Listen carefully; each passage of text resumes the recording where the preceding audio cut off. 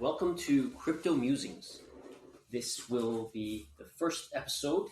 Let's start by going over what the purpose of the show will be and who's the target audience and why that could be you. So I've been following crypto for more than 10 years. I started to really devote more time to it around 2017. Recently, since maybe 2022, sort of just kept an eye on it, got busy with other things, haven't really paid too much attention, but I still understand things from a big picture, high level perspective. And frankly, there hasn't been much that's happened that's noteworthy. The idea is that everybody's time is valuable. The intended method of consumption, you're on your commute, driving, or taking transit, or the gym, something that you can listen to passively so that you have some time to let the ideas simmer and gestate. And hopefully this will provide a different dimension to your understanding of crypto, because I feel that most of the content out there is very tailored towards short attention spans, but very much lacking in depth. And I feel that gets in the way of having a deeper understanding of the things that are going on from a long-term perspective, what drives value creation and potential profits. I hope that you can benefit from my experience. I've done okay with my crypto investments. I'm not like a trader. My market timing is terrible. I told some friends to buy when it was like a bull market, and I think some of them still haven't been made whole, and I feel quite bad about that. I just want to really say hello, introduce myself in this first episode, and present some of my core philosophies. So yeah, something to listen to passively. I'm thinking this is a substitute for listening to music or something entertaining, really something that doesn't require a lot of your active mental bandwidth. We're going to give time for things to properly marinate so that you can have a good window or a good entry point to broaden your understanding of investing in crypto, understanding what it is actually all about. I think actually that's more important than the investment part, because I think it's just been lost, the fundamental values of crypto, the reason for its existence. It's all a big money-making scheme now. It's a big grift, and it's sad to see in many ways. So just getting back to the grassroots of things and re-evaluating things from first principles, that could potentially make this interesting for you, even if you don't really have any intrinsic interest in the technology per se, which I think is the vast majority of humanity. Doesn't really intrinsic interest in this podcast isn't really for crypto bros or people that are really have their mindset and the way, the lens through which they see crypto has already sort of calcified and it's beyond change. One of the key things about crypto, people often conflate the idea of crypto with Bitcoin. Anyway, percentage of the overall market cap. And if you don't understand terms like market cap, by the way, I'm not going to, this is not a channel for basic financial literacy, although I welcome people who lack basic financial literacy. So if you don't know what market cap is, then I highly recommend that you Google that or you ask AI. There's so many other places where you can get that knowledge. In terms of market cap, right, relative to the overall market cap of crypto, Bitcoin right now, it's around 58%, 59% of the entire market. 59% of your assets are in A, and 41% are in another stock. Would you just kind of ignore that 41%?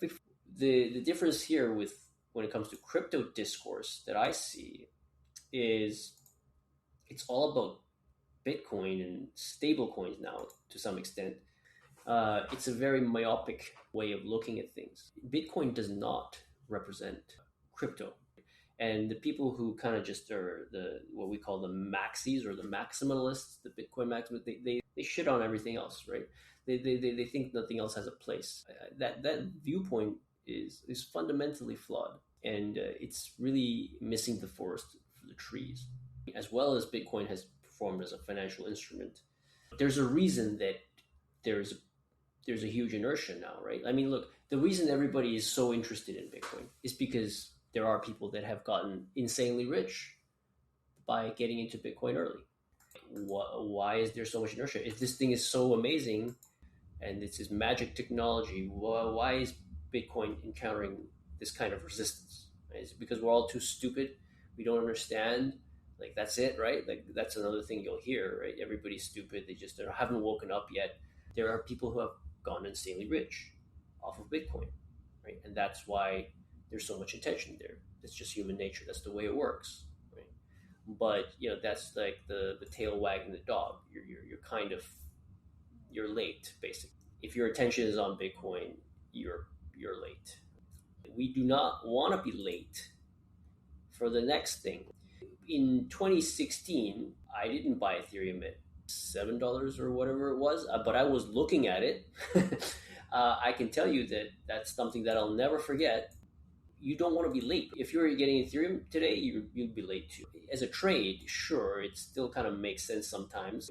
Earlier last year, it tanked like to half where it was now, and I got some Ethereum then.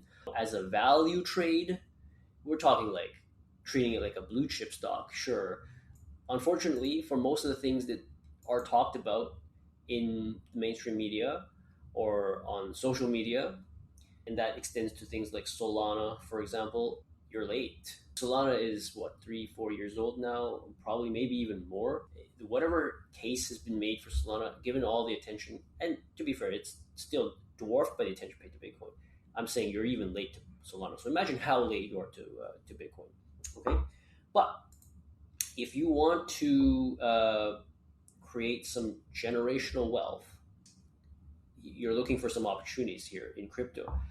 Where else do you have this kind of opportunity, right? Like, think about the opportunity that existed at the birth of Bitcoin, and also the opportunity that existed at the birth of Ethereum, and also the opportunity that existed. Luckily for me, I did get into some of these altcoins very, very early, in the end of 2017, 2018. A lot of these Ethereum based altcoins that are very useful parts of the Ethereum ecosystem. Luckily, I didn't miss a few of those. Finally, I learned my lesson a little bit after the first couple of times. We don't want to continue being late. What are you going to invest in that's going to give you this kind of return? 10,000xing. Next episode, we'll go a little bit more into Bitcoin and why Warren Buffett hates Bitcoin, right? I can understand some of the vitriol that he has for it because there isn't anything there. What it is right now, it's just a trading game. There's nothing intrinsically useful in it as it exists right now. When we see a future vision for a world running on crypto, there can be a role for Bitcoin to play. But that world doesn't exist now. It's a pipe dream. There are a lot of benefits to adopting crypto more broadly in society. I'm convinced that it will happen. The question is whether it will happen in 100 years or whether it will happen in 40 years. Eventually, the people who have the entrenched mindsets of today will be dead. But if we can shorten the transition period as we move towards that, then that would be great for society. It would be great for the planet. And it would be probably great for people who are paying attention at the early innings of that transition. It can be pretty good for your wallet too. Yeah, thanks for listening. We'll talk again. Okay, bye for now.